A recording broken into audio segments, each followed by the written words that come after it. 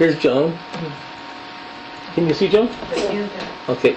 So, see her chart? She's got Venus way up high there. That's out of bounds. So, okay. Was Saturn out of bounds? We'll get here. No, she just has a 1 out of bounds. Just the Venus. So, now in her chart, she has a nice grand trine. She has Venus right on the IC, like me, but it's in Cancer. Her Venus is... Where are we here? Her Venus opposes her midheaven. And...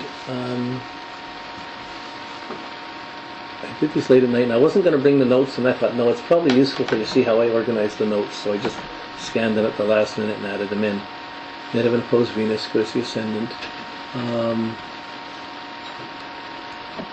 Sorry. It's because the... Okay. Now, here's your sun. Is that her sun right? Yes, here's your sun conjunct Chiron. In the second house, just, and her sun contra-parallel Saturn. So she doesn't have an aspect from her sun to Saturn, but she still has that contra-parallel in there. Her sun parallels Jupiter and the moon.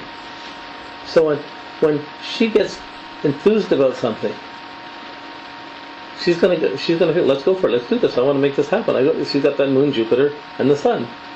But there's going to be limitations according to structures, or to what pressure to have to deal with. You know, if she was being the nurse, it would have to deal with the head nurse, or the idiots, or whoever. And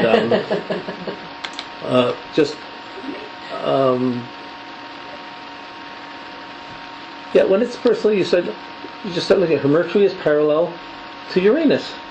Go figure. You know, so she just in her chart, but it's parallel to it too, so it adds even force to that conjunction. Mm-hmm. She starts a school. She set up something nobody's done in the country. Mm-hmm. Now with the Uranus in the first house, yeah, if it weren't for her, it wouldn't have got done. You know, and in the end, if she just did it, it would be a lot easier than waiting on everybody else to help her do it. Does that make sense? So, her Pluto contra-parallels her midheaven, and her Sun contra-parallels Saturn. Those are her two contra-parallels. That's it. But you can see the conjunction. I like that parallel of Jupiter Moon to the Sun in her own enthusiasm. And the contra-parallel to the Saturn. That's there. But this Mercury adding, well, you can see it just with the Mercury Uranus. You could say that.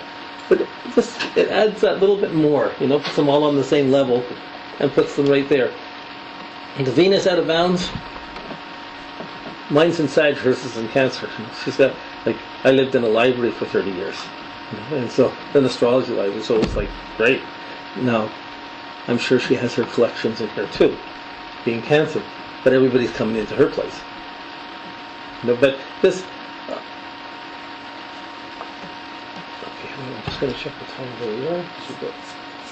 I'm not going to spend much more time. Do you have any questions, Joan? Yeah, great. Mm-hmm. So it's not meant to be the interpretation. It's meant to be an enhancement and an add-on to your normal things. So just, whoa, if you start getting someone's got a complex, or someone's got a autistic kid, or somebody, or you're working with somebody that gets intense, you know, or someone's having psychological problems, they're being given Prozac or whatever, and they want to get off it, or should they or shouldn't they? You start coming into things where some of these things start to just give you a little bit more in-depth and insight into it. I mean, with Joan, if she ever got in trouble, how are you ever going to get her to think differently than she thinks?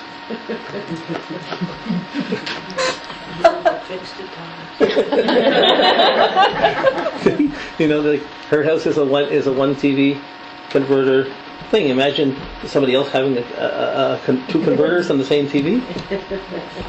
Would not compute.